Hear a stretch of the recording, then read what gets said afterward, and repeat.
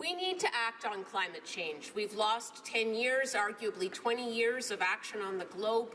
Around the globe, we've damaged Canada's international reputation, and we've certainly affected our fishing stocks, our forests, our public safety, put more stress on firefighters, more stress on local farmers, and more stress on future generations. Action is badly needed. Canada cannot stand on the sidelines, and we need to transition now to a cleaner and greener economy. That means setting ambitious targets to reduce greenhouse gases and acting on a concrete plan to actually deliver those targets. Unfortunately, the federal government here and at the other end of the House has done neither. I'm reminded of my first job out of university in the early 90s, working with environmental groups and industry across the country to use economic instruments to reduce greenhouse gas emissions and other air pollutants. The Liberal government of the day did not embrace the recommendations that we made together. We've got a lot of time to make up. So shifting away from fossil fuels and toward cleaner technology is good for the earth, it's good for the atmosphere, it's good for the economy, and it creates a lot of good green local jobs in the process. So my picture is much friendlier and more positive than my colleague who just spoke. The good news is that climate action is a win-win, and I've got a lot of good stories from my riding, Nanaimo-Ladysmith, that illustrate what we can do if we do make our investment and economic decisions with a climate change filter. The Nanaimo Aboriginal Centre is building the first affordable family housing project in Nanaimo since 1998. 17 units of affordable housing, some of them designated for elders, some of them for youth transitioning out of care, some of them for survivors of domestic violence. And this is the first certified passive house in Western Canada for affordable housing.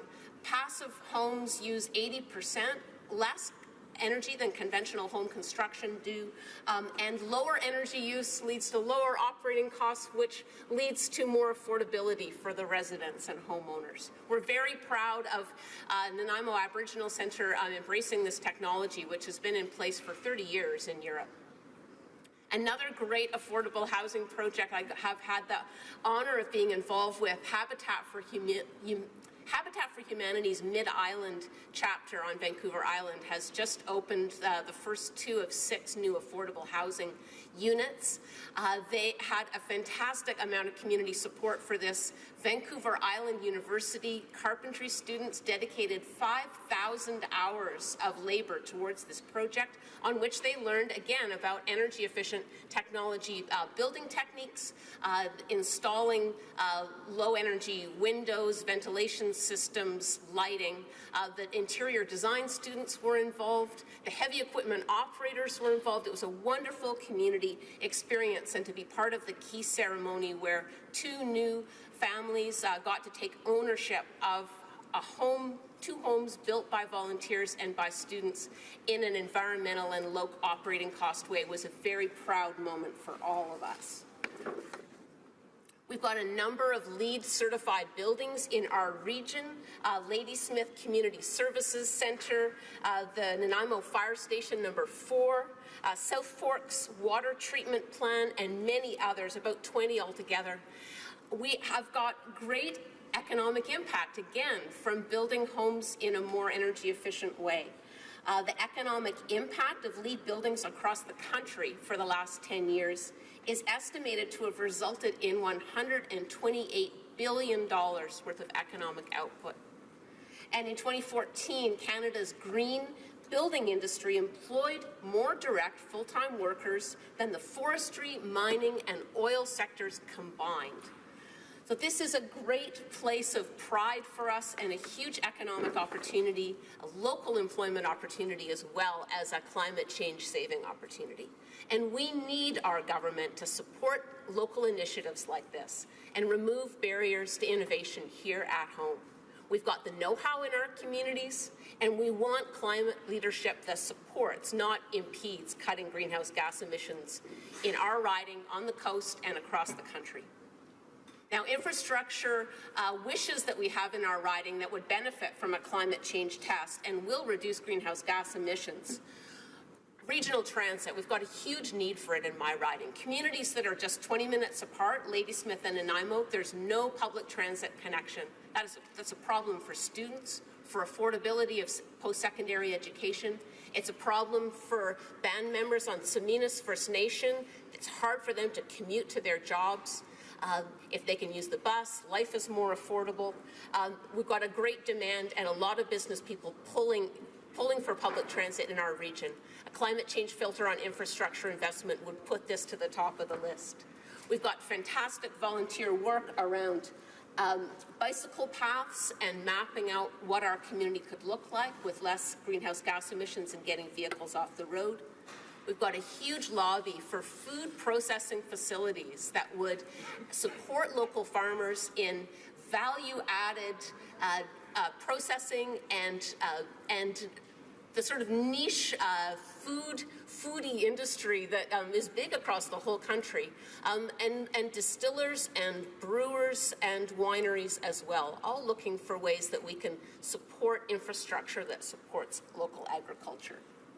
The Indigenous people's place of culture is a very hopeful initiative in our riding. It would implement some of the recommendations of the Truth and Reconciliation Commission around bringing people together, all nations, Indigenous and non-Indigenous, in a beautiful facility that is planned. We're looking for infrastructure funding on this now. It would have a daycare, it would have a school, a community kitchen, and again, built with a passive design, using 80% less energy than ordinary conventional buildings do. We're very thankful to the Mid-Island Métis Nation, the Boys and Girls Club of Canada, and the Nanaimo Aboriginal Centre for this innovative and very positive development that would be climate friendly and good for our community in every way.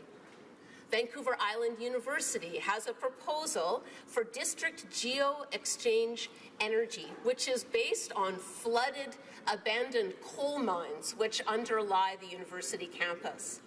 The intent is to replace natural gas, to reduce carbon outputs to near zero, and also to use this facility as a teaching and awareness site, a teaching opportunity to help people get excited about alternative energy and be able to see it working. And so, New Democrats do support this motion. We support initiatives to help lower Canada's greenhouse gas emissions and to promote federally funded projects like the ones I've described that would mitigate the impacts of climate change.